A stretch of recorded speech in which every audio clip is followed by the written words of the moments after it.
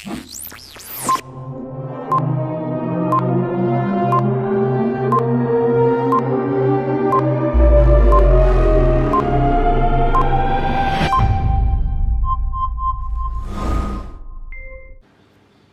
மக்கள் அனைவரும் ஆண்டவராகிய இயேசு கிறிஸ்துவின் திருப்பெயரை நான் வாழ்த்துகின்றேன். ஆன்லைன் மூலியமாக மறுபடியும் உங்களை சந்திப்பதில் மிக மகிழ்ச்சி அடைகிறேன். இந்த வழிபாட்டிலே நீங்கள் வீட்டிலிருந்து ஜபத்தூள் உங்கள் திருமுறை பகுதி திருமுறையும் பாடல் புத்தகத்தையும் வழிபாட்டு புத்தகத்தோடு அமர்ந்து நீங்கள் வழிபாட்டிலே பக்தியோடு பயத்தோடு கலந்து கொள்ளும்படி உங்களை அன்புடன் கேட்டுக்கொள்கின்றேன். இந்த வழிபாட்டுக்கு ஆரம்பமாக நம் தலைகளை தாழ்த்தி கண்களை மூடி ஜபம் செய்வோம். எங்கள் அதிகமாக நேசிக்கிறேன் அன்பின் ஆண்டவரை, இந்த ஆன்லைன் வழிபாட்டின் மூலியமாக உம்மை சந்திப்பதிலே, உம்மை துதிப்பதிலே, உம்மை போற்றவும், உம்மை மகிமைப்படுத்தவும், வாழ்த்தவும், உம்முடைய வார்த்தைகளை கேட்கவும் நீ தருகின்ற நல்ல குழுமைக்காக தயவுக்காக கொடான கூடி நன்றிலும் தோற்றம் எடுக்கின்றோம் சாமி. அன்று உம்முடைய பிரசனத்தால் எங்களை ஆட்கொள்வீராக, எங்களை வழிநடத்துவீராக, நீரைகளை பொருட்படுத்திக் கொள்ள வேண்டுமாய் சொல்கிறோம். கேட்கிற எல்லா மக்களும் உணர்வடைய மாற்றமடைய உம்முடைய வரைக்கு நாங்கள் ஆயத்தமடைய கிருபை தர வேண்டுமாய் சொல்கிறோம். வழிபாடு முழுதும் உங்களுடைய தூய பிரசனத்தால் ஆட்கொள்வீராக, வழிநடத்துவீராக. மேசுகளை கேட்கிற நல்ல கடவுளே, ஆமென். வழிபாட்டுக்கு ஆரம்பமாகவும் கடவுளை போற்று வண்ணமாகவும் யாரும் எழுந்து பாமாலே 6வது பாடலை நான் பாடலாம். பாமாலே 6வது பாடல். என் நெஞ்சமினி மோட்சத்தை விரும்பி தேடி கர்த்தரை வணக்கத்துடனே. இந்த பாடலை நாம் உற்சாகத்தோடு நாம் பாடுவோம்.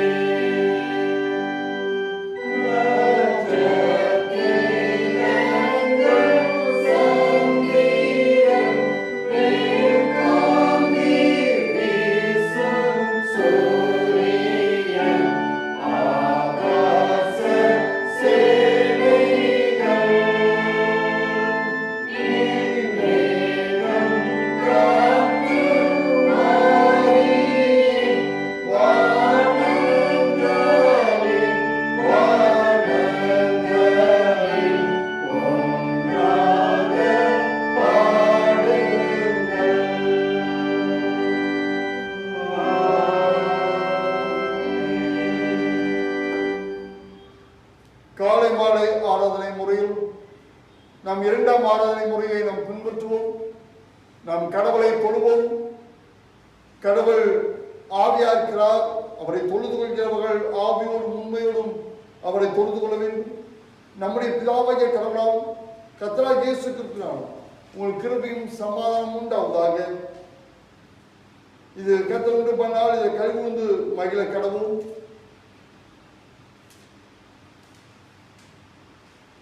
பக்கம் 4. ஆண்டவரே முதிர்களை திறந்துள்ளும். பிதாவுக்கும் குமாரனுக்கும் பரிசுத்தாவிக்கும் மகிமை உண்டாவதாக. ஆமென். திரேய கடவுளை நாம் போற்றுவோம். சேனின் கடவுளாய் கர்த்தரை, நீர் பரிசுத்தர் பரிசுத்தர் பரிசுத்தர், வானம் பூமி மீது மகிமையால் நிறைந்திருக்கின்றன. உன்னதத்திலே ஓசன்னா.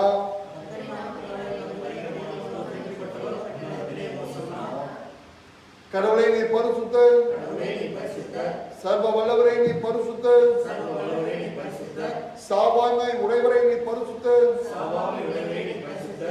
ஆண்டவரே, எங்களுக்காக சிலுவையில் அறையுண்ட எங்கள் மீட்பரை எங்கள் மேல் கிருபையாகும். பொருத்தாவியாகிய ஆண்டவரே எங்கள் மேல் கிருபையாயிரும். ஆண்டவரே எங்கள் ஜெபங்களை மாறாது ஏற்றுக்கொண்டு எங்கள் மேல் கிருபையாயிரும்.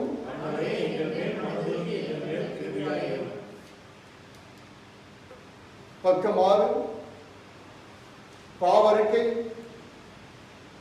நமக்கு பாவமில்லை என்போமானால் நம்மை நாமே வஞ்சிக்கலாவும். நமக்கு உண்மை இல்லை. நமது பாவங்களை அறிக்கிட்டால் பாவங்களை நமக்கு மன்னித்து எவ்வித நீங்கும் அனிதம் நீங்க நம்மை சுத்திகரிப்பதற்கு அவர் நம்பத்தக்க நீதியும் உள்ளவர். நான் எழுதேன் தகப்படத்துக்கு போய் தகப்பனை பரத்துக்கு விரோதமாகும் உமது பார்வையும் பாவம் செய்தேன். இனி உம்முடைய மகன் மகள் என்று சொல்லப்படுவதற்கு நான் பார்த்த நாளும் உம்முடைய கூலிக்கால் ஒருவராக என்னை வைத்துக் கொள்ளும் என்பேன். கடவுள் ராஜ்யம் சமீபத்திருக்கிறது. மனம் திரும்பி நற்செய்தி நம்பிக்கை வைங்கள். நமது பலவீனங்களுக்காக பிரதபிக்க முடியாத பிரதர் ஆசிரியர் எல்லாவற்றும் நம்மை போல சோதிக்கப்பட்டு பாவம் இல்லாத பிரதர் ஆசிரியர் நமக்கு இருக்கிறார். நாம் மூலங்கள் படித்து மௌனமாக நம்மை சோதனை செய்வோம். நீங்கள் வீட்டில் இருந்தபடி மூலங்கள் படித்து பாவங்களை அறிக்கை செய்யலாம். நாம் ஆண்டவருக்கு விரோதமாய் ஒவ்வொரு நாளும் பாவம் செய்கிறோம். அவருடைய வார்த்தைக்கு நாம் கீழ்ப்படியாமல் இருந்து விடுகிறோம். அவரை போல நாம் வாழ அழைக்கப்பட்டிருந்தோம். அவரை போல நாம் வாழாமல் நாம் பாவத்திலே வாழ்ந்து கொண்டிருக்கின்றோம்.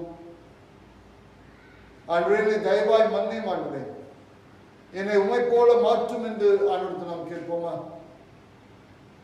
அவரை போலவே நம்மை மாற்றி தூய்மைப்படுத்தி நம்மை பருத்தப்படுத்தி நம்மை நித்திய ராஜ்யத்துக்கு உட்படுத்துகிறவராய் ஆண்டவர் இருக்கின்றார்.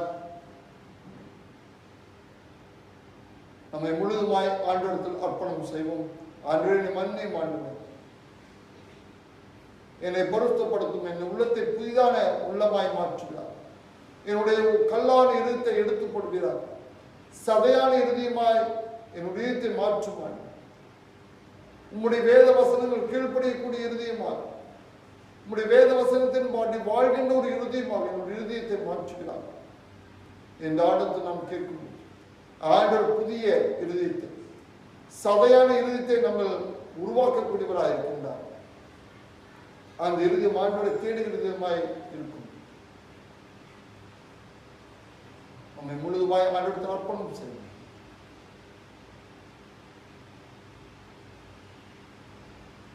சர்வ வளமுள்ள கடவுளுக்கும் நாம் நமது பாவங்களை தாழ்வோடு அறிக்கிறோம்.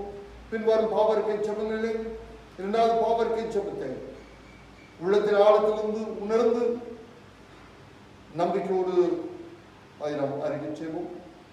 எங்கள் தந்தையாம் கடவுளை நினைவாலும் வார்த்தையாலும் செய்கிறாலும் விரோதமாய் பாவம் செய்கிறோம். முழு மனதோடு நாங்கள் உண்மை நேசிக்கவில்லை. எங்களுக்கு நாங்கள் அன்பு கூறுகிறோம். அயலாளத்தில் நாங்கள் அன்பு கூறவில்லை. எங்கள் மேல் இறக்கமாய் வேண்டிக்கிறோம். எங்கள் பாவ அழுத்தை நீக்கி எங்கள் சுற்றி எங்கள் குற்றங்களை விட்டுவிட எங்களுக்கு உதவி புரியும். ஆண்டவர் இயேசு கிறிஸ்துவின் மூலமாய் வேண்டிக் கொள்கிறோம். ஆமென். சர்வ வளங்கள் மிகுந்திருக்கும் ஆண்டவர் மன்னிப்பின் பாவ நிமித்தம் நம் கட்டுவிட்டாலே வாழ்க்கையை சீர்படுத்தும் காலத்தில் தமது பொருத்தாவின் கிருபையும் தேற்றுதலும் தந்தருளுவாராக. ஆமென். ஆண்டவரை துதியுங்கள். திருமறை பகுதிகளை வாசிக்க நாம் கேட்போம்.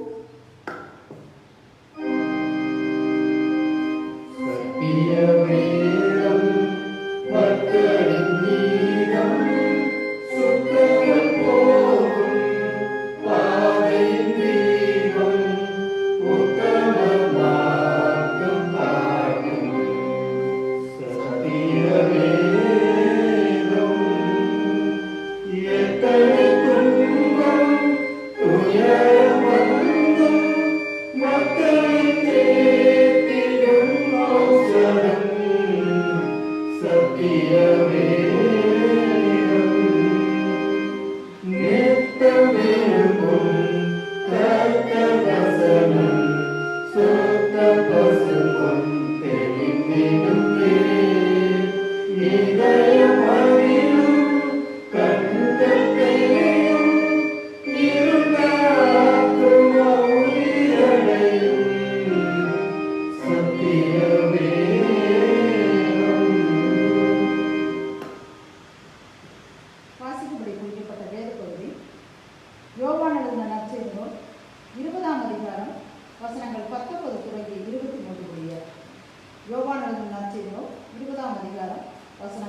19 முதல். வாரத்தின் முதல் நாளாகிய அன்றைய தினம் சாயங்கால வேளையில் சீஷர்கள் கூடியிருந்த இடத்தில் யூதர்களுக்கு பயந்ததினால் கதவுகள் பூட்டியிருக்கையில் இயேசு வந்து நடுவே நின்று, உங்களுக்கு சமாதானம் என்றார். அவர் இப்படி சொல்லி தம்முடைய கைகளையும் விழாவையும் அவர்களுக்கு காண்பித்தார். சீஷர்கள் கர்த்தரை கண்டு சந்தோஷப்பட்டார்கள். இயேசு மறுபடியும் அவர்களை நோக்கி, உங்களுக்கு சமாதானம் உண்டாவதாக. பிதா என்னை அனுப்பினது போல நானும் உங்களை அனுப்புகிறேன் என்று சொல்லி அவர்கள் மேல் ஊதி, பரிசுத்த ஆவியை பெற்றுக்கொள்ளுங்கள். எவர்களுடைய பாவங்களை மன்னிக்கிறீர்களோ அவைகள் அவர்களுக்கு மன்னிக்கப்படும், எவர்களுடைய பாவங்களை மன்னியாதிருக்கிறீர்களோ அவைகள் அவர்களுக்கு மன்னிக்கப்படாதிருக்கும் என்றார் என்பதே வாசிக்கும்படி குறிக்கப்பட்ட வேத பாடம் வாசித்து முடிந்தாயிற்று. கிறிஸ்துவே உமக்கே மகிமை உண்டாவதாக. அருளுரைக்கு ஆயத்தமாக பாமாலை 295வது பாடலை நாம் பாடலாம்.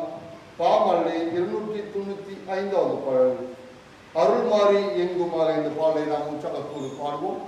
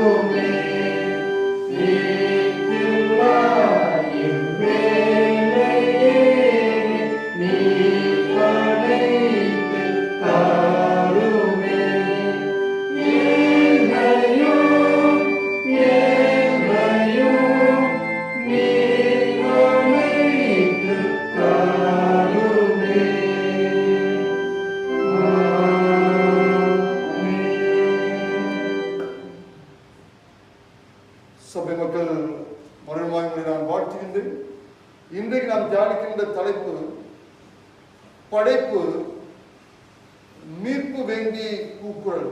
படைப்பு மீட்புக்கான வேண்டி ஒரு கூக்குரலை எழுப்புகிறது. நாம் வாழ்கின்ற இந்த உலகத்திலே நிலம், நீர், காற்று, ஆகாயம் இந்த நான்குமே முழுதுமாய் கெட்டுப்போன நிலையிலே நாம் பார்க்கின்றோம். காற்று மாசுபட்டிருக்கிறது, நிலம் மாசுபட்டிருக்கிறது, நீர் மாசுபட்டிருக்கிறது, ஆகாயம் மாசுபட்டிருப்பதை நாம் பார்க்கலாம். வாகனங்களினால், தொழிற்சாலையுடைய கழிவினால், தொழிற்சாலையுடைய புகையினால், அணு கழிவினால், இப்படிப்பட்ட அநேக கழிவுகள் நிலத்தை பாழாக்கி கொண்டிருக்கிறது, நீர்நிலைகளை பாழாக்கி கொண்டிருக்கிறது. அது மட்டுமல்ல, நீர்நிலைகளை மாற்றி அதில் வீடாக அது மாற்றி விடுகின்றார்கள்.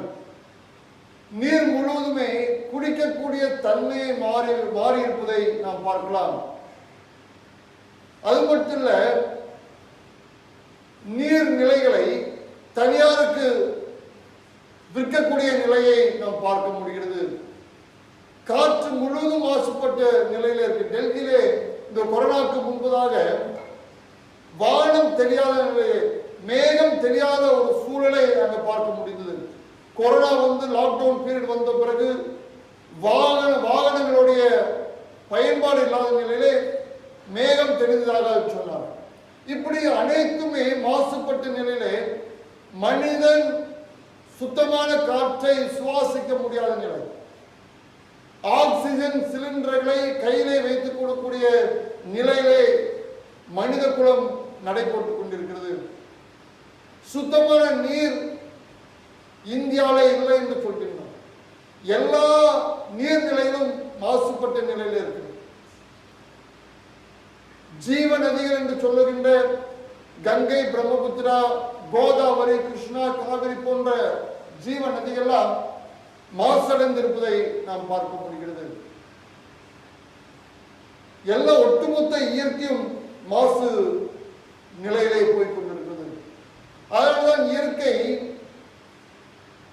ஒரு மிகப்பெரிய ஒரு அழிவு நிலைக்கு போய் கொண்டிருக்கிறது. அதனால் இயற்கை நம்முடைய பழைய நிலையில் இல்லாதபடிக்கு தாறுமாற நிலைக்கு போய் கொண்டிருக்கிறது. ஆண்டவர் இந்த இயற்கையை சொல்கின்ற படைப்பு மீட்புக்காக வேண்டி கூக்குரலிடுகிறது. அது அழிவு நிலையை போய் கொண்டிருக்கு. இப்படி அழிந்து கொண்டிருக்கிறோமே என்று படைப்பு கூக்குரலிட்டு கதறுகிறது ஆண்டவரை நோக்கி. அதே போலதான் மனித குலமும் அழிவு நிலைக்கு நோக்கி கொண்டிருக்கிறது. எங்கு பார்த்தாலும் வன்முறைகள், கொலைகள், ஜாதிய வெறியாட்டங்கள், ஜாதியின் மூலமாய் கொலைகள், பணத்திற்காக கைகளை கால்களை எடுப்பது, பணத்திற்காக மனித உயிரினுடைய உடல் உறுப்புகளை விற்பது போன்ற எங்குமே அராஜகமும் அநியாயமும் நிறைந்த உலகத்திலே நாம் வாழ்ந்து கொண்டிருக்கிறோம். படைப்பு மீட்புக்காக வேண்டி ஆண்டவரிடத்தில் கூக்குரலிட்டுக் கொண்டிருக்கிறது. முதலாம் திருமறை பகுதி எசேக்கியேலின் புத்தகம் 36 அதிகாரம் 24 36 வசனம் வரைக்கும் அந்த படைப்பு கூக்குரலிடுவதை நாம் பார்க்கலாம். 24 வசனம், நான் உங்களை புறஜாதியிடத்திலிருந்து அழைத்து உங்களை சகல தேசத்திலிருந்து சேர்த்து உங்கள் சுய தேசத்துக்கு உங்களை கொண்டு வருவேன். அவருடைய பின்னணி இஸ்ரேல் மக்கள் பாவம் செய்ததினால், கடவுளை விட்டு தூரமாய் போனதினால், கடவுளை தொழுது கொள்ளாமல் அவளை இஸ்ரேல் மக்களை எகிப்தின் அடிமைத்தனத்திலிருந்து கொண்டு வந்த கடவுளை தொழுது கொள்ளாமல் வேறே தெய்வங்களை, உயிரற்ற தெய்வங்களை கும்பிட ஆரம்பித்து விட்டார்கள். அதனால் இஸ்ரேல் மக்கள் நேபுகாத் நேச்சர் மூலியமா பாபிலோனுக்கு சிறைப்பட்டு கொண்டு போகப்படுகின்றார்கள். அப்படிப்பட்ட நிலையில்தான் இந்த மக்களுடைய பாவம் இருக்கு. விக்கிரகமான கடவுளை தேடாத ஒரு நிலை, கடவுளை நினைக்காத ஒரு மக்களாகும், கடவுளுக்கும் அவளுக்கும் இஸ்ரேல் கடவுளுக்கும் அவளுக்கும் ஒரு தொடர்பில்லாத நிலையில அவர்கள் போய்விட்டார்கள். அந்த பாவத்தின் விளைவுதான் பாபிலோன் சிறையிருப்பை நாம் பார்க்க முடிகிறது. இருந்தாலும் கூட ஆண்டவர் அவளை மீட்டு ரட்சிப்பேன் என்று ஆண்டவர் சொல்கின்றார். இஸ்ரேல் மக்களை மீட்டு ரட்சிக்கக்கூடிய ஆண்டவர் பாவத்தின் அடிமைத்தனத்திலிருந்து அவளை மீட்டு ரட்சிக்கிறார். 24, நான் உங்களை புறஜாலத்திலிருந்து அழைத்து உங்களை சகல தேசத்திலிருந்தும் சேர்த்து உங்களை சுய தேசத்துக்கு உங்களை கொண்டு மறுபடியும் உங்களை ரட்சிப்பேன். மறுபடியும் எங்கெல்லாம் இருக்கிறோம் அங்கெல்லாம் உங்களை மீட்டு கொண்டு வருவேன். மீட்டு கொண்டு வந்து அது இஸ்ரேல் மக்களை மட்டுமல்ல, அந்த இயற்கை முழுதும் மறு சீரமைக்கின்றார், மக்களையும் சீரமைக்கின்றார், படைப்பையும் சீரமைக்கக்கூடிய ஆண்டவராக இருக்கின்றார். அவள் இழந்து போனதை மறுபடியும் ஆண்டவர் புதுப்பிக்கின்ற ஆண்டவராக இருக்கின்றார்.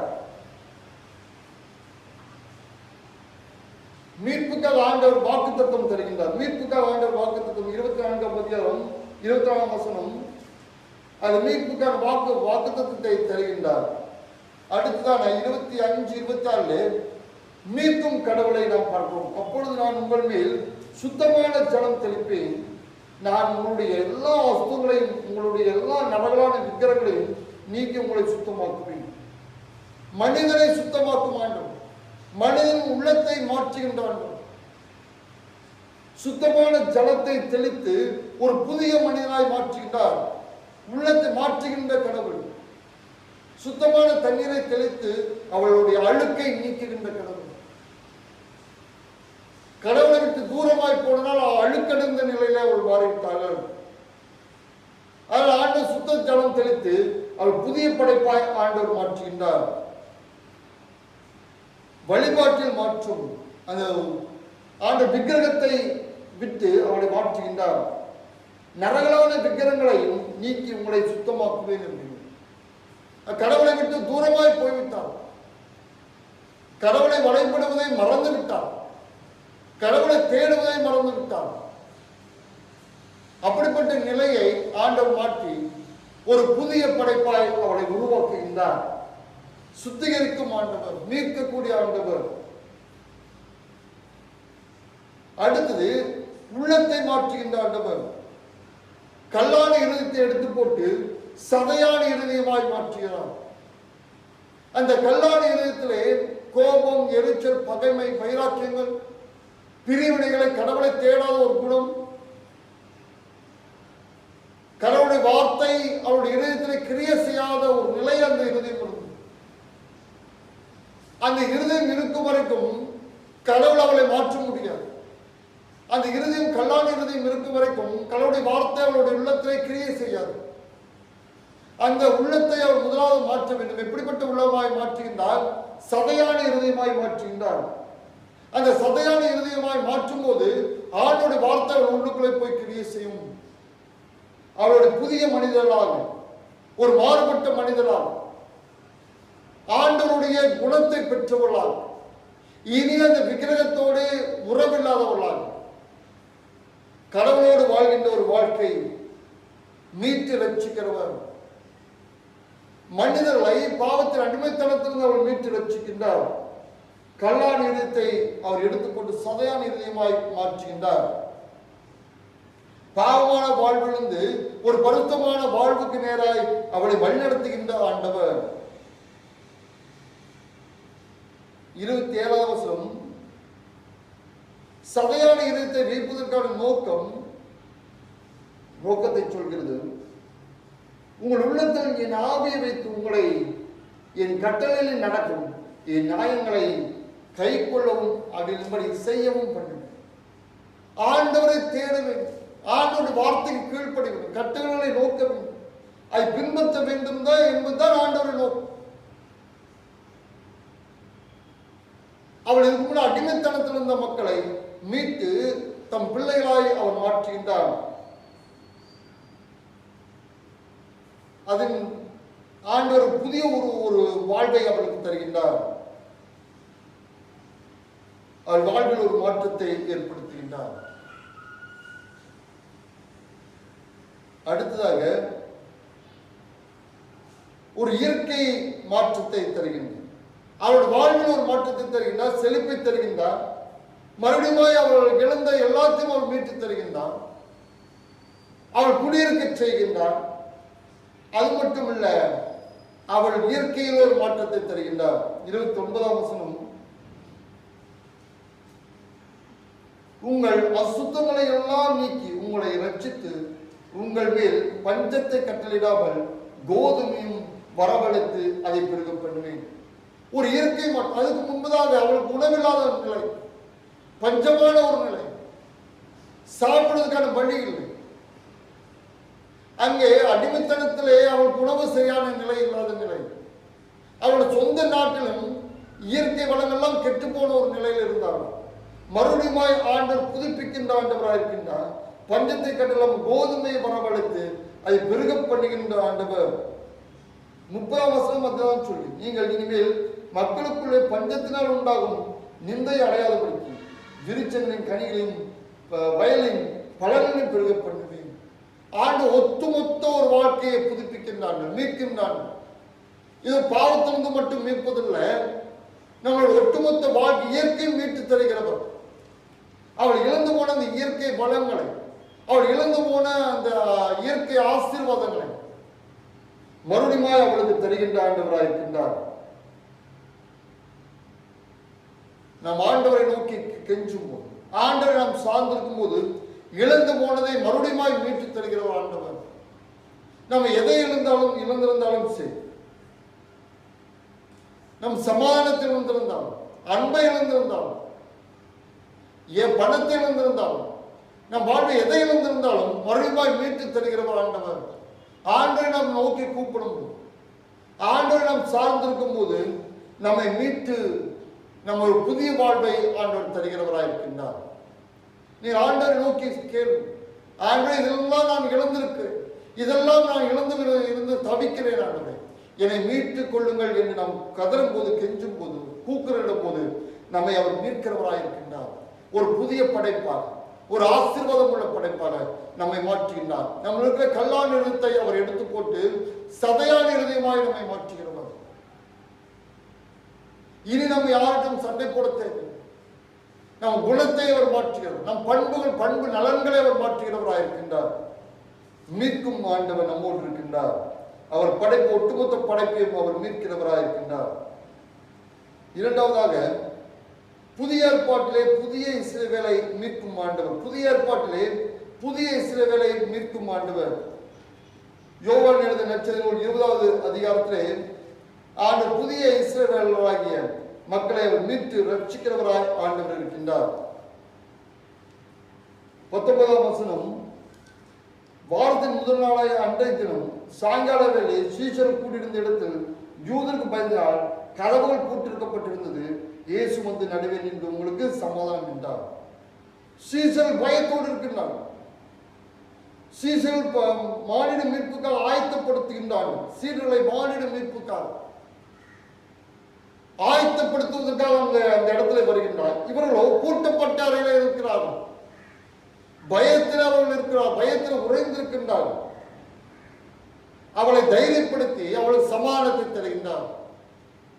அவள் செல்கின்ற தூரம் வெகு தூரம் இருக்கிறது. மீட்புக்கான பணிக்காக அவளை ஆயத்தப்படுத்துவதற்காக ஆண்டவர் அவளை தைரியப்படுத்திக் கொண்டே இருக்கின்றார். அவள் உலகம் முழுவதும் செல்ல வேண்டும். அவள் உலகம் முழுவதும் சென்றது மீட்பின் நற்செய்தி அறிவிக்க வேண்டும். அதற்காக தான் அவளை தெரிந்து கொண்டார் ஆண்டவர். ஆனால் இவர்களோ பயந்து பூட்டப்பட்ட அறையில இருக்கின்றார்கள். பூட்டப்பட்ட அறையில் இருக்கிறவர்கள் உலகெங்கும் செல்ல வேண்டும். அவர்கள் அது தெரியாமல் அந்த பூட்டப்பட்ட அறைக்குள்ளே 4 செவுத்துக்குள்ளே அடங்கி முடங்கி அவர்கள் இருக்கின்றார்கள். அவளை தைரியப்படுத்தி மறுபடியும் உலகெங்கும் செல்வதற்கு அவளை ஆயத்தப்படுத்துகிறார் ஆண்டவர். 19 பின்பகுதியிலே இயேசு வந்து நடுவே நின்று, இயேசு ஓரத்தில் நின்று பார்ப்பதில்லை. நம்மளுடைய பயம், நம்மளுடைய பிரச்சனைகள், நம்மளுடைய கலக்கங்கள், நம்மளுடைய கஷ்டங்கள், துன்பத்தின் மத்தியிலே அவர் நடுவே நிற்கிற ஆண்டவராக இருக்கின்றார். அவர் ஓரத்தில் நின்று வேடிக்கை பார்க்கக்கூடிய ஆண்டவர் அல்ல. அது பார்த்து விட்டு அப்படியே போகக்கூடிய ஆண்டவர் அல்ல. நம் பிரச்சனைகளுக்கு நடுவே நின்று அந்த பிரச்சனைக்கான தீர்வை காண்பிக்கிற ஆண்டவராக இருக்கின்றார். நம் பயத்தின் நடுவில் நின்று நம் பயத்தை அவர் நீக்கக்கூடிய ஆண்டவராக இருக்கின்றார். நம் வாழ்வை அவர் மாற்றுகிறவராக இருக்கின்றார். இயேசு அவளுக்கு நடுவே நின்று அவளுக்கு தைரியத்தை தருகின்றார். நாம் எப்பொழுதெல்லாம் பயப்படுகிறோமோ, எப்பொழுதெல்லாம் பிரச்சனைகளை அகப்பட்டு கஷ்டப்படுகிறோமோ, அப்பொழுதெல்லாம் ஆண்டவர் நம் நடுவே நிற்கிறவராக இருக்கின்றார். நம் பிரச்சனை நடுவில் நின்று நம் பிரச்சனைகளை மாற்றுகிறவர் ஆண்டவர். 20ஆம் வசனத்திலே அவர் இப்படி சொல்லி தம்முடைய கைகளை விழாவையும் அவளுக்கு காண்பித்தார். சீஷர்கள் கர்த்தரை கண்டு சந்தோஷப்பட்டார்கள். மீட்பின் பாதையில் வருகின்ற துன்பத்தை அவளுக்கு வெளிப்படுத்துகின்றார். உலகெங்கிலும் அவளை அனுப்ப வேண்டும். அந்த அனுப்புவதன் மூலியமாய் அவள் பெறுகின்ற பாடுகளை பற்றி அவள் விவரிக்கின்றார். அதுக்கு ஒரு அடையாளத்தை காண்பிக்கின்றார். நானும் இப்படி பாடுபட்டு இருக்கிறேன் என்பதை அவர் வெளி காண்பிக்கின்றார். மீட்பின் பாதையில் வருகின்ற துன்பம், அந்த துன்பம் நிரந்தரமானதல்ல, அது இன்பத்தை தரக்கூடியது என்பதையும் அவர் காண்பிக்கின்றார். அப்போஸ்தலர் 5ஆம் அதிகாரம் 40-41 பேதும் அவர் சீரர்கள் அவருடைய இயேசு கிறிஸ்து சீரர்கள் பேதும் மற்றவர்களும் அந்த யூத தலைவர்களால் கண்டிக்கப்பட்டு அடிக்கப்பட்டு வெளியே வரும்போது அவள் சந்தோஷமாக வருகின்றார், மகிழ்ச்சியோடு வருகின்றார். இயேசுவுக்காக நாங்கள் பாடுபட்டு இருக்கிறோமே, இயேசுவுக்காக அடிபட்டு இருக்கிறோமே, இயேசுவுக்காக நிந்தனையை சகித்திருக்கிறோமே என்று மகிழ்ச்சியோடு அவர்கள் வருகின்றார்கள். ஸ்தேவானும் அப்படிதான். கல்லெறிந்த போதோ பிதாவே அவளை மன்னியும் என்று இயேசு கிறிஸ்து சொன்னதே அவர் சொல்லி அனைவரும் மன்னிக்கின்ற மகிழ்ச்சியோடு இருக்கின்றார். அவருடைய முகம் ஒரு தேவதூதனுடைய முகத்தை போல் இருந்தது என்று திருமறை சொல்கிறது. மகிழ்ச்சி உள்ள ஒரு நிலை. மீட்பின் பாதையில் வருகின்ற துன்பம் நம்மை அப்படியே அமர்த்தி ஒடுக்கி நிறுத்தி விடுவதில்லை, எழுந்து மறுபடியுமாய் முன்னேறி செல்லக்கூடிய ஒரு காரியமாக இருக்கிறது. அதே போல தோமா இந்தியாவுக்கு வந்தார். அவரை சென்னையிலே மயிலாப்பூர்ல அம்புகளை எய்து கொள்கின்றார். அவர் மகிழ்ச்சியோடு தான் இறந்திருப்பார். இப்படி மீட்பின் பாதை என்பது கடினமான பாதையா இருந்தாலும் கூட அவர் மகிழ்ச்சியை தரக்கூடியதாக இருக்கிறது. பவுலடியார் சொல்கின்ற 1 கொரிந்தியர் 23 28 வரைக்கும் 27 பாடுகளை அவர் பட்டியலிடுகின்றார். கற்பல் சேதம், பட்டினி, உடை இல்லாத நிலை, திருடர்களால் வந்த மோசம், நண்பர்களால் வந்த மோசம், இப்படிப்பட்ட பெரிய காரியத்தை அவர் பட்டியலிடுகின்றார். இருந்தாலும் கூட அவர் மகிழ்ச்சியோடு இருந்ததை நாம் திருமறையிலே பார்க்க முடிகிறது. 21ஆம் வசனம் யோவான், இயேசு மறுபடியும் அவளை நோக்கி, உங்களுக்கு சமாதானம் உண்டாவதாக, பிதா என்னை அனுப்பினது போல நானும் உங்களை அனுப்புகிறேன் என்று சொல்லி அனுப்புகின்றான். மீட்புக்காக அனுப்புகின்றான். இந்த மீட்பு திட்டத்திலே சீடர்கள் பங்கு கொள்ள வேண்டும் என்பதற்காக அவர் அனுப்புகின்றார். என்றால் இயேசு கிறிஸ்துவை கடவுள் இயேசு கிறிஸ்துவை அனுப்பினார். இயேசு கிறிஸ்து சீடர்களை அனுப்பினார். இயேசு கிறிஸ்து சொல்லும் போது ஓநாய்களுக்குள்ளே ஆடுகளை அனுப்புகிறேன் என்று சொல்லி, கிறிஸ்தவ வாழ்க்கை என்பது மலர் மேல் நடக்கின்ற வாழ்க்கை அல்ல, புல்லின் மேல் நடக்கின்ற வாழ்க்கை அல்ல, அது முள்ளின் மேல் நடக்கின்ற வாழ்க்கை. கிறிஸ்துவம் என்பது என்றால் சந்தோஷம், சமாதானம், ஆசீர்வாதம் என்பது அல்ல. மாறாக பிரச்சனை, போராட்டங்களிலே ஆண்டவர் கூடியிருப்பதை நாம் உணர்கின்ற ஒரு வாழ்க்கை அது. அவரை அனுப்புகின்றார். மீட்பின் திட்டத்திற்காக சீடர்களை அனுப்புகின்றார். பிதா என்னை அனுப்பினது போல நானும் உங்களை அனுப்புகிறேன் என்று சொன்னார். அனுப்புவதற்கான நோக்கத்தை அவர் சொல்கின்றார். உலக மக்களை மீட்டெடுக்க வேண்டும். எத்தனையோ மக்கள் தினந்தோறும் இயேசுவை அறிந்து கொள்ளலாம். இயேசு என்ற பெயரை ஒரு முறையும் கூட அறியாத எத்தனை கோடிக்கணக்கான இந்தியாவில் இருக்கிற கோடிக்கணக்கான மக்கள். யார் இயேசுவை பற்றி சொல்வது? தினந்தோறும் தற்கொலை செய்கின்ற மக்கள் கோடிக்கணக்கான மக்கள் இருக்கின்றனர். விபத்திலே மறிக்கிறவர்கள் இருக்கின்றார்கள். பல்வேறு பாவத்திலே மறிக்கிறவர்கள் இருக்கின்றனர். இப்படிப்பட்ட மக்களுக்கெல்லாம் இயேசுவை சொல்ல நம்மை ஆண்டவர் அழைக்கின்றார். ஒரு கங்கை ஓரத்திலே ஒரு பெண் தன்னுடைய குழந்தையை கங்கை நதியிலே தூக்கி வீசிவிட்டு அழுது கொண்டிருந்தார். அப்பொழுது நற்செய்தியாளர் வந்து, ஏன் அம்மா இப்படி அழுகிறீர்கள் என்று கேட்டவுடனே, நான் என் குழந்தையை கங்கை நதியை தூக்கிவிட்டேன், நான் ஆசீர்வாதமாக இருக்க வேண்டும் என்பதற்காக. அவர் சொன்னார இயேசு ஆசீர்வதிப்பார் என்று சொன்னார். இதுக்கு முன்னாலே சொல்லியிருந்தால் என் பிள்ளையை இப்படி தூக்கி பேசியிருக்க மாட்டேனே என்று அவர் சொன்னார். நாம் கூட சில நாட்களுக்கு முன்பதாக டிவிலையும் பேப்பர்லையும் நாம் போறோம். ஒரு மனிதன் ஆசீர்வதிக்கப்பட வேண்டும் என்பதற்காக தன்னுடைய பெத்த பிள்ளையை கழுத்தை நெரித்துக் கொண்டிருக்கின்றார். புதையல் கிடைக்க வேண்டும், ஆசீர்வாதமாய் வாழ வேண்டும், இந்த கஷ்டத்திலிருந்து மீள வேண்டும் என்பதற்காக தன் சொந்த பெத்த பிள்ளையை கழுத்தை நெரித்துக் கொண்டிருக்கிறார். அது தமிழகத்தில். இதே போன்ற எத்தனையோ கோடிக்கணக்கான மக்கள் இருக்கின்றனர். யார் அவர்களுக்கு இயேசுவை பற்றி சொல்வது? நம்மை ஆண்டவர் அழைக்கின்றார். சீருளை அனுப்பின ஆண்டவர் நம்மை அழைக்கின்றார். மீட்புக்காக ஏங்கி தவித்து கூக்குரலிடுகின்றார். தினந்தோறும் கதறிக் கொண்டிருக்கின்ற மக்கள், போராடி கோடி மக்கள் இருக்கிறார்கள். அவளுக்கு இயேசுவை நாம் அறிவிக்க நாம் ஆயத்தமாக இருக்கிறோம். சீருளை அனுப்புகின்றார். பிதா என்னை அனுப்பினது போல நானும் உங்களை அனுப்புகிறேன் என்று சொல்லி அவளை ஆற்றல் படுத்துகின்றார். அவளை தைரியப்படுத்தினார். ஆண்டவர் சமாதானத்தை தந்தார்.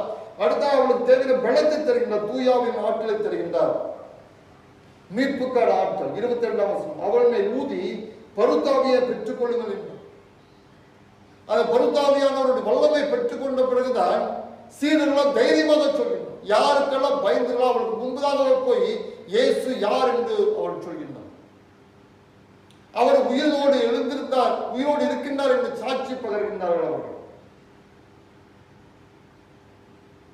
இயேசுவை தைரியமாய் சொல்ல ஆற்றல்படுத்துகின்றார். ஆண்டவர் மீட்புக்கான பணிக்கான ஆயத்தத்தை படுத்துகின்றார். ஆற்றல்படுத்தி அவளை அனுப்புகின்றார். 23ஆம் வசனம், மீட்பு பணிக்கான அதிகாரத்தை தருகிறது. எவளுடைய பாவங்களை மன்னிக்கிறீர்களோ அவைகள் அவளுக்கு மன்னிக்கப்படும், எவளுடைய பாவங்களை மன்னியாதிருக்கிறாளோ அவைகள் அவளுக்கு மன்னிக்கப்படாதிருக்கும் என்று அதிகாரத்தை தருகின்றார், ஆற்றலை தருகின்றார். நாம் ஆண்டவர் சும்மா விடுவதில்லை. நம்ம உன்னை தொடுகிறவன் என் கண்மணியை தொடுகிறான் என்று ஆண்டவர் ஒருவரை நம்ம தொற்ற முடியாது. ஆண்டவருடைய சித்தம் இல்லை, ஒரு முடியும் கூட கீழே விடுகாது என்று ஆண்டவர் சொன்னார். நம்மை பாதுகாக்கிறவர், பராமரிக்கிறவர், நம்மோடு இருக்கிறவர். அவர் தைரியமாக இயேசுவை அறிவிக்க ஆயத்தப்பட வேண்டும். மூன்றாவதாக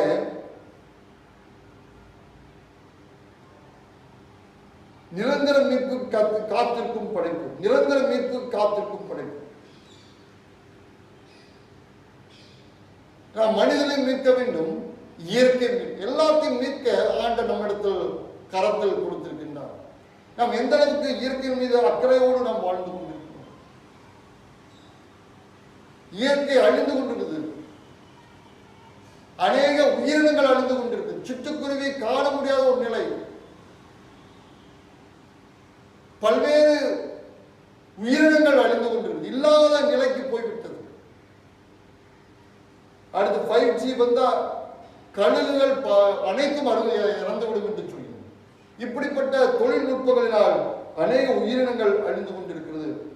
நம்மிடத்தில் ஆண்டவர் இயற்கை தந்திருக்கின்றார், அதை பண்படுத்தும் பாதுகாக்க வேண்டும் என்று அவர் சொல்லியிருக்கின்றார். ஆதாமுக்கு சொன்ன அனுப்பினான், நம்மளுக்கும் அதே காரியத்தை தான் சொல்லியிருக்கின்றார். நாம் எந்த அளவுக்கு அதை பண்படுத்துகிறோம், பாதுகாக்கிறோம் என்பதை நாம் சிந்தித்து பார்க்க வேண்டும். ரோமர் 8ஆம் அதிகாரம் 8வது வசனத்தை திருப்பிக்கொள்ளும். ரோமர் 8, அங்கே ஆண்டவர் சொல்கின்றார். 8ஆம் அதிகாரம் 18வது வசனத்திலே, ஆனால் இக்காலத்தின் பாடுகள் இனி நம்மிடத்தில் வெளிப்படும் மகிமைக்கு ஒப்பிடத்தக்கவை அல்ல என்று எண்ணுகிறேன். இக்கால பாடுகள், இக்காலத்தில் நாம் படுகின்ற எல்லா பாடுகளும் ஆண்டவர் வரும்போது நம்மை ஆண்டவரோடு அழைத்து செல்கின்ற அந்த ஆசீர்வாதமான காரியம், ஆண்டவரோடு வாழ்கின்ற அந்த மகிமையான வாழ்க்கை நாம் ஒப்பிடும் இந்த பாடலை ஒப்பிடும்போது ஒன்றுமில்லை என்று சொல்கிறோம். ஆண்டவரோடு வாழ்கின்ற வாழ்க்கை, ஆண்டவரோடு எப்பொழுதும் இருக்கின்ற ஒரு வாழ்க்கை ஆண்டவர் தரப்போகின்றார். ஆனால் இக்கால பாடுகள் ஒன்றுமில்லை என்று பவுலடியார் சொல்கின்றார். நீரோ மன்னன் காலத்திலே கிறிஸ்தவர்கள் அநேகர் துன்புறுத்தப்பட்டார். அவர் நீரோ மன்னன் பிடிவாசிக்கும் போது கிறிஸ்தவர்கள் எல்லாம் கம்பத்தில் கட்டப்பட்டு எரித்து அந்த வெளிச்சத்தில் அவர் பிடில் வாசிப்பார். இக்காலத்தின் பாடுகள் ஆண்டவர் தருகின்ற மகிமை, ஆண்டவர் தருகின்ற ஆசீர்வாதத்துக்கு ஒப்பிட முடியாது என்று ஆண்டவர் சொல்கின்றார். 19ஆம் வசனம், கடவுளுடைய புத்திரர், மேலும் கடவுளுடைய புத்திரர் வெளிப்படுவதற்கு சிருஷ்டியானது மிகுந்த அவளோடு காத்திருக்கு. கடவுளுடைய புத்திரர் மகிமைப்படுவதை, ஆண்டவர் அந்த மக்களை, தன்னுடைய பிள்ளைகளை மகிமைப்படுத்துவதை, அந்த மகிமையை கண்டு சிருஷ்டி ஆசையோடு காத்து கொண்டிருக்கிறது. நம்மளுடைய ஆசீர்வாதங்களை பார்ப்பதற்காக, நம்மளுடைய மேன்மையை பார்ப்பதற்காக, நம்முடைய உயர்வை பார்ப்பதற்காக சிருஷ்டியானது ஆவலோடு காத்து கொண்டிருக்கிறது.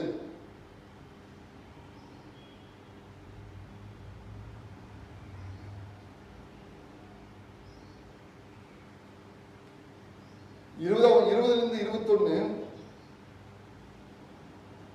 அது என்னவென்றால், சிருஷ்டியானது அழிவுக்குரிய அடிமைத்தனத்திலிருந்து விடுதலாக்கப்பட்டு கடவுளுடைய பிள்ளைகளுக்குரிய மகிமையான சுயாதீனத்தை பெற்றுக்கொள்ளும் என்கின்ற நம்பிக்கையோடு அது காத்திருக்கிறது. அந்த சிருஷ்டியானது சுயத்தினாலே அல்ல, கீழ்ப்படுத்தினாலே மாய்க்கு கீழ்பட்டிருந்தது. ஆண்டவர் படைப்பை கீழ்ப்படுத்தியிருந்தார். எதற்காக? அது விடுதலைக்காக.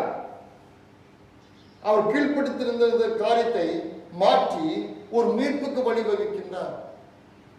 அதான் அடுத்த வசனத்தை சொல்லி 22ஆம் வசனத்திலே, ஆயால் நமக்கு தெரிந்திருக்கிறபடி இதுவரைக்கும் சர்வ சிருஷ்டியும் ஏகமாய் தவித்து பிரசவ வேதனைப்படுகிறது.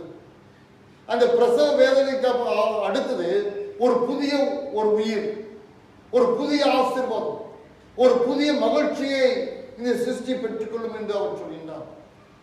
படைப்பனைத்தும் பிரசவ வேதனைப்படுகிறது. அது மனிதனும் வேதனைப்படுகின்றார்கள், இயற்கையும் வேதனைப்பட்டுக் கொண்டிருக்கிறது. மனிதன் இயற்கையை ஆள பாதுகாக்க பண்படுத்த வைக்கப்பட்டவன், ஆனால் இயற்கையை அழித்துக் கொண்டிருக்கிறான் மனித குலம். எல்லாத்தையும் சுரண்டி எடுத்து விடுகிறது. தண்ணீரை, பெட்ரோலை, இப்படி அனைத்துமே தனக்காக அதிகமாய் பயன்படுத்த வேண்டும் என்பதற்காக சுரண்டி எடுத்து விடுகிறது. அடுத்த சந்ததிக்கு வேண்டும் என்று நினைப்பதில்லை.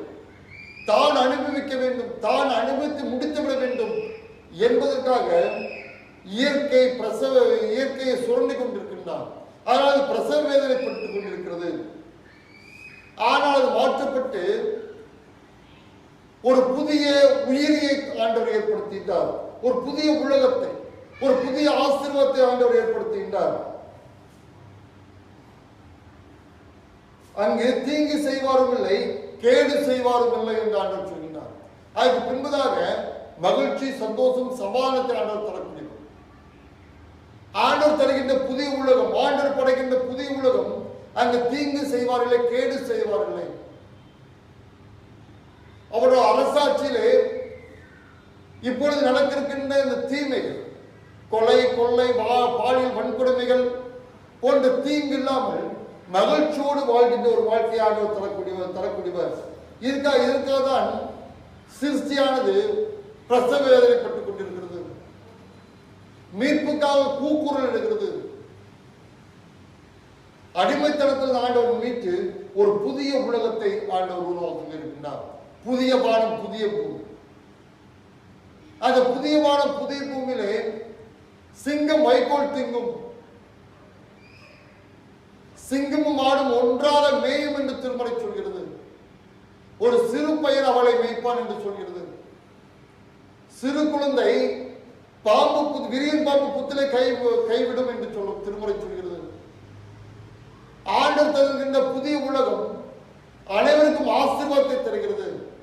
அனைவருக்கும் மகிழ்ச்சியையும் சமாதானத்தையும் சந்தோஷத்தையும் தருகின்ற உலகம். புதிய படைப்பை உருவாக்கக்கூடிய ஆண்டவர். அந்த மீட்பின் திட்டத்தை நம்மை நினைக்க ஆண்டவர் விரும்புகின்றார். இந்த புதிய உலகம் அனைத்தும் கூக்குரலிட்டுக் கொண்டிருக்கிறது. இறைப்படிக்காக, இயேசுவை அறிவிப்பதற்காக ஆண்டவர் உங்களையும் என்னையும் ஆயத்தப்பட்டுக் கொண்டிருக்கின்றார். அவருடைய பணியை செய்ய நாம் ஆயத்தமா இருக்கிறோம். அவர் விட்டு சென்ற பணியை, அந்த நற்செய்தி பணியை, இறைப்பணியை செய்ய நாம் ஆயத்தமா இருக்கிறோமா? நாம் ஆயத்தமாக மட்டுமல்ல, பிறரை ஆயத்தப்படுத்த வேண்டும். அது ஊழியர்களுக்கு கொடுக்கவும் வேண்டும். நம்முடைய பிள்ளைகளையும் அனுப்ப வேண்டும். அதான் ஆண்டவர் நம்மிடத்தில் எதிர்பார்க்கின்றார். கொடுத்து விட்டு சும்மா இருப்பதில்லை, அவளுக்காக ஜெபிக்கவும் ஆண்டவர் விரும்புகின்றார். அப்படி நாம் செய்யும் போது ஆண்டோட மீட்பின் திட்டத்திலே நாமும் பங்குள்ளவர்களாக இருப்போம். ஆண்டு நம்மை ஆஸ்வதிக்கக்கூடியவராக இருப்பார். தொடர்ந்து தியானிங்கள், சிந்திங்கள். ஆண்டு உங்களை ஆஸ்வதிப்பாராக. ஆமென். அருளை கேட்டு நாம் யாரும் எழுந்து நமது விசுவாசத்தை அப்போஸ்தல விசுவாச பிரமாணத்தோடு இணைந்து நாம் சொல்லுவோம். நமது விசுவாசத்தை அப்போஸ்தல விசுவாச பிரமாணத்தோடு இணைந்து நாம் சொல்லுவோம். 15வது பக்கம். வானத்தின் பூமியின் படைத்து சர்வ வளமுள்ள பிதாவை விசுவாசி, ஒரே குமாரனாகிய நம்முடைய இயேசு கிறிஸ்துவை விசுவாசி, அவர் பொறுத்து அவரை தென்படுத்த புதுவிழாத்தின் காலத்தில் பாடுபட்டு சேவை அடைக்கப்பட்டு பாதாள மூன்றாம் நாள் மருத்துவத்தை எழுந்தெல்லாம் குழந்தைக்கு சர்வ வளர்ந்த பிதாவை கடவுளு வலது படுத்த கட்சிக்கார் அவளுக்கு உயிரோடு மறைக்கும் நிலைமைக்கு வருவார். பொறுத்து அவரை விசுவாசி பொதுவாக பொறுத்துவான் ஐக்கியம் பாவம் செயலும் நிதி விசுவாசி. ஆமென். திருமண அறிக்கை. சிஎஸ்ஐ பெருந்தொழுவு போதக சேகரம் பெருமனை தூய போல் அழைத்து சார்ந்த திருமிகு விசுவாசம் திருமிகு கன்னிமேரி அவளின் குமாரத்தி திருநிலை செல்வி வி பிரியா என்போரும், ஈரோடு மாவட்டம் சிஎஸ்ஐ பிரஃப் நினைவாளத்தை சார்ந்த திரு சுந்தரம் அவர்களின் குமாரன் திருநிறை செல்வன் எஸ் ஜெயசீலன் என்பவரும் திருமணம் செய்து கொள்ள போகிறார் என்பதை திருச்சபையாருக்கு தெரிவிக்கிறோம். இந்த தூய திருமணத்தில் இவர்கள் இணையக்கூடாதபடி தடையாத காரணமாகவும் இருக்குமானால் அதை சபை குருவிற்கு எழுத்தின் மூலம் தெரிவிக்க வேண்டும். இது இவர்களுக்கு இரண்டாவது அறிக்கை. நமது சபையை சார்ந்த திருமிகு எஸ் ராஜசேகரன், திருமிகு கிரேசி அவர்களின் குமாரன் திருநிலை செல்வன் ஆர்ஜி ராகவேந்திரன் என்போரும், ஈரோடு மாவட்டம் வெள்ளோடு போதகசேகரம் சிஎஸ்ஐ கிறிஸ்துநாதன் ஆலயத்தை சார்ந்த லேட் ஹென்றி மற்றும் திருமிகு எஸ்தர் அவர்களின் குமாரத்தின் திருநிலை செல்வி அர்ச்சனா கார்குலவி என்போரும் திருமணம் செய்து கொள்ள போகிறார்கள் என்பதை திருச்சபையாருக்கு தெரிவிக்கிறோம். இத்தூய திருமணத்தில் இவர்கள் இணையக்கூடாதபடி தடையாவது காரணமாவது இருக்குமாய் அதை சபை குருவானவருக்கு எழுத்தின் மூலம் தெரிவிக்க வேண்டும். இது இவர்களுக்கு முதலாம் அறிக்கை. இவளுக்காக இரு குடும்பங்களுக்காக நாம் செவிப்போம். எங்கள் அதிகமாய் நேசிக்கிற என் அன்பின் ஆண்டவரே, பிரியா மற்றும் ஜெயசீலன், ராகவேந்திரன் மற்றும் அர்ச்சனா கார்குலவி இவர்களுக்காக செவியோம். ஆண்டவரே, திருமணம் என்ற பந்தத்தில் இணைய இருக்கின்றார்கள் சுவாமி. மனிதன் தனிமையா இருப்பது நல்லதல்ல என்று ஏற்ற துணையை உருவாக்கக்கூடிய அன்பின் ஆண்டவர் இன்னும் அந்த பணிகளை செய்து வருகின்ற சுவாமி. திருமணத்தில் இணையக்கூடிய இந்த தம்பதிகளை கருத்தில் பயந்தோம் சுவாமி. இந்த மணமக்களை ஆசீர்வதிப்பீராக. ஆண்டவரே, இவருடைய தேவைகளை சந்திப்பீராக. அந்த திருமண நாளை ஆசீர்வதிப்பீராக. அந்த திருமண நாளிலே இயற்கை மற்றும் அனைத்தும் அனுகூலமாக இருக்க கிருபித்தாரும். வழிபாட்டில் உங்களுடைய பிரசனம் இருக்கட்டும். சிறப்பாக உங்களுடைய ஆசீர்வாதத்தோடு உங்களுடைய பிரசனத்தோடு அவருடைய திருமணம் நடைபெறும். அந்த திருமணத்தின் போது கொடுக்கக்கூடிய வாக்குறுதிகளை வாழ்நாள் முழுவதும் உண்மையோடு பின்பற்றும் ஒரு மகிழ்ச்சியான கடவுளுக்கேற்ற குடும்ப வாழ்க்கை வாழவும் அருள் தர வேண்டுமாக சென்றோம். ஆசீர்வதியும் வழி நடத்தும் இயேசு உங்களுக்கு நல்ல கடவுளே, ஆமென்.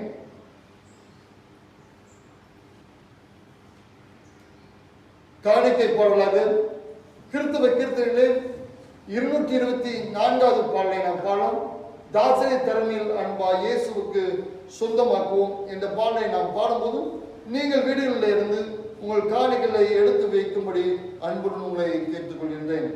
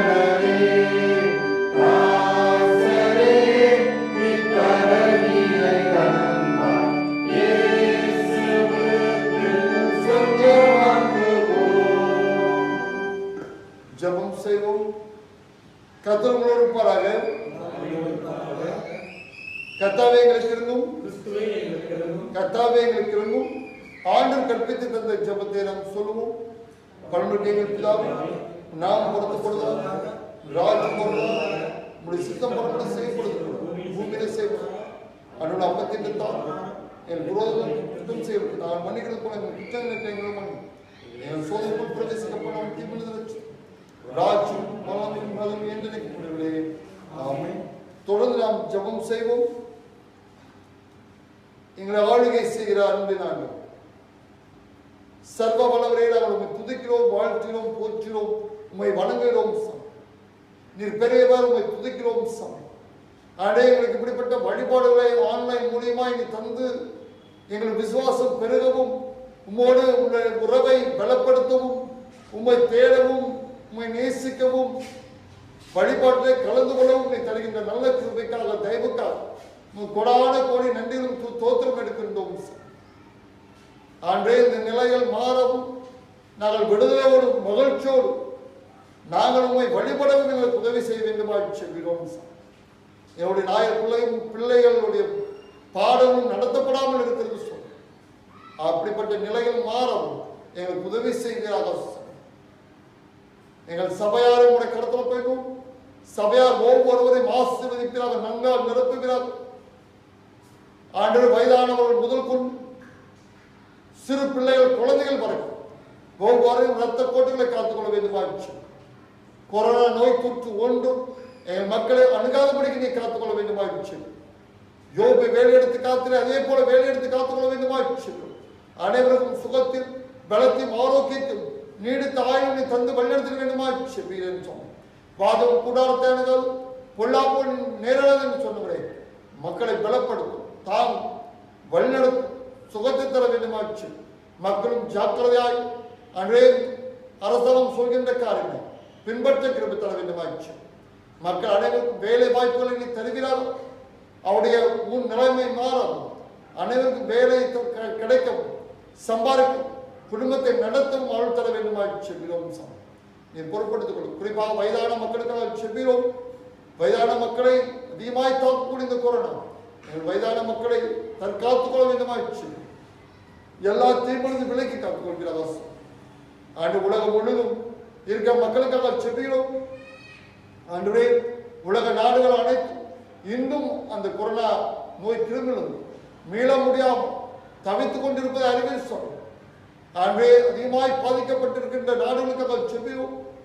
நீர் அந்த நாடுகளிலே உங்களுடைய பிரசனத்தை ஆட்கொள்கிறார். உங்களுடைய வல்லமையுள்ள சுகமளிக்கும் உங்களுடைய கரங்களால் நாங்கள் இருக்கிற மக்களை தொடுவீராக. ஹாஸ்பிட்டல் அட்மிட்டாக இருக்கின்ற ஒவ்வொருவரையும் தொடுவீராக அன்பின் கரத்தினால். அவள் எல்லாம் நல்ல சுகத்தை பலத்தை ஆரோக்கியத்தை பெற்றுக்கொள்ள கிருபைத்தார். சீக்கிரத்தால் சுகமாய் வீடு திரும்ப கிருபை தர வேண்டுமாய் செல்கிறோம். அநேக நாட்டிலும் குறிப்பாக தமிழகத்திலும் சென்னை போன்ற பகுதியில் அதிகமாய் பரவி கொண்டிருக்கிறது சொல். சமூக தொற்றுக்கான அறிகுறிகள் அதிகமாக இருப்பதை அறிவியல் சொல். இப்படிப்பட்ட நிலையில் மாற கிருபை தர வேண்டுமாய் செல்கிறோம்.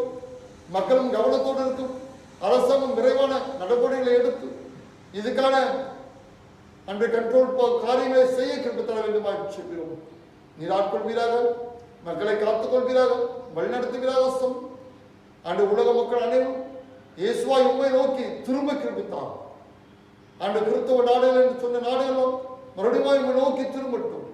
திருமறை நோக்கி திரும்ப, அன்று திருச்சபை நோக்கி திரும்ப, ஜபத்துக்கு நேராக திரும்ப கிருபை தர வேண்டுமாச்சு. அது மூலியமாய் இந்த நோய் கிருமி இந்த உலகத்தை விட்டு ஒழிக்கப்பட்டு போக கிருபை தர வேண்டுமாய் செல்கிறோம். அன்று அடுத்தடுத்து வருகின்ற பிரச்சனைகள் இருக்கிறது. அன்று வெற்றிகளை ஆண்டு அதனால் அநேக இயற்கை வளங்கள் சேதமாக்கப்படுகிறது சொல். விவசாய நிலங்கள் பாழ்பட்டு போகிறது. அன்று மக்களுக்கு உணவில்லாத பஞ்ச நிலை வரும் என்று சொல்கிறார்கள் சொல். அப்படிப்பட்ட வெற்றிகளையும் அழிக்கப்பட்டு போட்டும் சொல். ஆண்டு உடைய வார்த்தையினால் கட்டளையிடுவீரால் இயற்கை மீது அதிகாரம் கொண்டவர், இயற்கையை ஆழ்கிறவர். ஆண்டும் படைப்பாய் அந்த வெற்றிகளின் மீது அதிகாரம் கொண்டவரே, அதை நீ கட்டுப்படுத்துகிறார். அது இல்லாமல் போகட்டும். மக்கள் விவசாயிகளை காத்துக் கொள்கிறார், வாழ்வாதாரங்களை காத்துக் கொள்கிறார், நன்கால் நிரப்புகிறார். நீ பொருட்படுத்திக் கொள்கிறார். ஒவ்வொரு மக்களுக்காக சென்றும் ஆசீர்வதிக்கிறார்.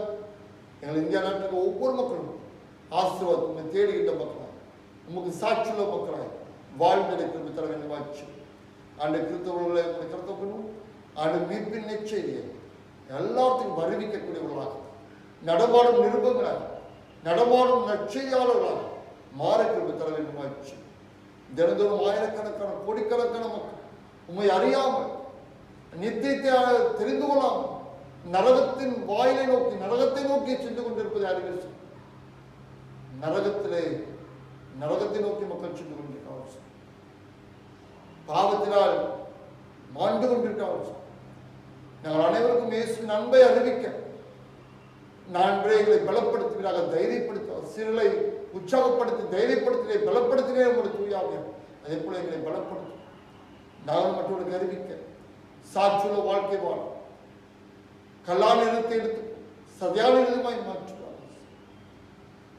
சபையில் இருக்க ஒவ்வொரு மக்களையும் ஆசீர்வதித்தார். நன்னாள் தேவரை சிந்திப்பிறாக நீரை பொருட்படுத்திக் கொள்ளும் வழிநடத்துவார். இந்த ஆன்லைன் காரியங்களுக்காக உழைக்கின்ற எங்கள் சபை மக்கள் ஒவ்வொருவரையும் ஆசீர்வதிக்கிறார். நன்றான் தேவரை சிந்திக்கிறார். மேசு கேட்க நல்ல கடவுளே, ஆமென். என் ஆத்மாவை கர்த்தரை தோன்றி என் முழுமை பிரசாந்தத்தை என் ஆத்மாவை கர்த்தர் செய்த சகல நன்மைகளை மறவாதே. ஆமென். இத்தருணத்தில் ஒருமனப்பட்டு நோக்கி எங்கள் பொதுவான விண்ணப்பங்களை செய்ய எங்களுக்கு கிருபை அளித்த சர்வ வல்லமையுள்ள கடவுளே, 2 பேராவது 3 பேராவது என் நாமத்திலே கூடி வரும்போது அவர்கள் கேட்கிறவர்களை அருளி செய்வேன் என்று வாக்களிக்கிறே கர்த்தாவே. இந்த அடியாரை எங்களுக்கு வேண்டிய நன்மை உண்டாகும். எங்கள் விருப்பங்கள் வேண்டுதலும் இப்பொழுது நிறைவேற்றி இம்மினை உடைய சத்தியத்தை அறிகிற அறிவு மறுபடியும் நித்திய ஜீவன் எங்கள் கட்டளிட்டாலும். ஆமென். ஆண்டு நம்மை ஆசிரித்து நம்மை காத்து கடவும். ஆண்டு தம்முடைய முகத்தின் மேல் பிரகாசிக்கப்படி நம்ம மேல் கிருபையா இருக்க கடவுள். ஆண்டு தம்முடைய முகத்தின் மேல் பிரசனமாக்கி இப்பொழுதும் எப்பொழுதும் நமக்கு சமாதானம் கட்டளை கடவுள்.